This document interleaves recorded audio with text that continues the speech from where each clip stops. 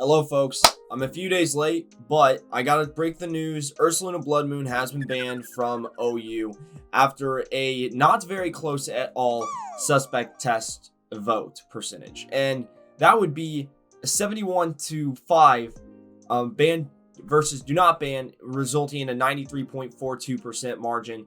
And with this amount of ban votes, even if everyone voted do not ban, it still wouldn't be enough to ban it. So this was very quickly done. As you can see, the vote happened for Saturday at 4:50 in the morning. Good lord. And yeah, it was a pretty big margin, not the biggest margin. Fitchinator posted this after the suspect test was done. These are some of the bigger margins, or as you can see, Ursaluna-Bloodmoon is not the biggest. Shaman S was actually the biggest at 100% ban rate, which is insane. Darkrai was also pretty large, only one do not ban vote, one abstain. So there's been bigger margins. This isn't the biggest margin by any means, but it's still a pretty dang big margin at 93.42%. And you can see most of the people coming in after the results were already posted also said banned. So pretty unanimous, not unanimous, but pretty unanimous that it was banned. And I'm going to talk about the differences between Bloodmoon, Ursaluna, and just regular Ursaluna that made Bloodmoon so much better. So, Bloodmoon Ursaluna has a very strong move called Bloodmoon, 140 base power. It cannot be used twice in a row, so it's kind of like Gigaton Hammer. But that's kind of whatever, because Mind's Eye allows you to hit ghost types, and your fighting moves can too. It's basically a scrappy, and accuracy cannot be lowered, and it ignores evasion, which is kind of whatever in the OU meta, but that's still, you know, what it's scrappy on crack, basically.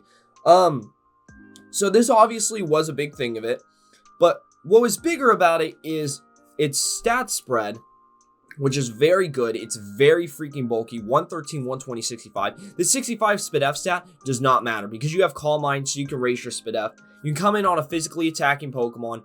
You can Moonlight, you can heal, so you can heal away your worries, and then you can Calm Mind up, and then you can sweep with Bloodmoon Earth Power. This is a setup set. You usually would use Terra Poison to prevent yourself from getting toxic, because that was the biggest thing that could stop Ursaluna-Bloodmoon. Leftovers for survivability, and yeah, it was a very good set. One of the better setup sweepers in OU. Its speed stat didn't matter, and you know, even if you didn't like this setup sweeper set, you'd use an all-out attacker set, which utilized its priority move in Vacuum Wave, which is a very strong move. You would normally Terra Fighting to boost it even farther. Vacuum Wave, again, you know, a ghost type can't really wall it, so you can just fire away with it. And Vacuum Wave also meant that you couldn't really revenge kill it, because if you knocked it down to 25% or whatever, and then you brought out a frail, strong Pokemon to clean it up, it still would get a Vacuum Wave, do 50% to you, maybe knock you out. So there wasn't really an effective way of revenge killing it. The other thing that made Bloodmoon so strong is because of Mind's Eye allowing you to hit ghost types, there wasn't really anything that could effectively wall it. Basically, you had to stall out its Bloodmoons, more or less, because Earth Power hits the two types that normal is resisted by, Rock and Steel, and funny enough, Vacuum Wave does as well. So there's not really a thing as walling this thing. It really only needed these attacks. You know this thing is powerful when the Pokemon gets Moonblast and it doesn't even run it. It's literally, it's so good with just Bloodmoon and Earth Power. You don't even need Vacuum Wave if you're just going to run a bulky setup set. But Vacuum Wave is much better if you just want to do an all-out special attacking set, which this thing's special attacking stat is as good as an Adamant King Gambit. It's also 135. Doesn't get Supreme Overlord, but you know what I'm getting at. So, what is the reason that Ursaluna-Bloodmoon is so much better than regular Ursaluna? So, one of the biggest thing is the ability and item differences. Usually for Bloodmoon, you would run Leftovers. Usually for regular Ursaluna, you run Flame Orb to activate your Guts. This is a very good combo, but you gotta look at it as All-Out Attacker is effectively healing 12%, has effectively 12% more health at the end of each turn than regular Ursaluna. That 12% every turn. That is Gliscor's top poison heal right there. That's a big difference. The other thing is, Ursaluna is very, very predictable. It was always running Flame Orb. It's always running Guts. This thing is slow, but it doesn't have any priority. So if you want to use it to its most effectively, you had to build around it with a Trick Room team. And now you're running 0 speed, so... And Trick Room itself it's scary, but it's counterable. The Headlong Rush is a very good move, and Facade is very good at 140 base power. You also could run a coverage move like Close Combat. You could run Fire Punch. You could run Drain Punch if you wanted to get some more survivability. It's just a very, very good Pokemon. But, you know, because of its lack of priority, its chipability, how much you have to build around this Pokemon, it's just not as good in OU as Ursaluna-Bloodmoon. You could also run a Setup Sweeper, but Setup Sweeper is just not as effective because you could run Bulk. Actually, run Bulk Up instead of Drain Punch.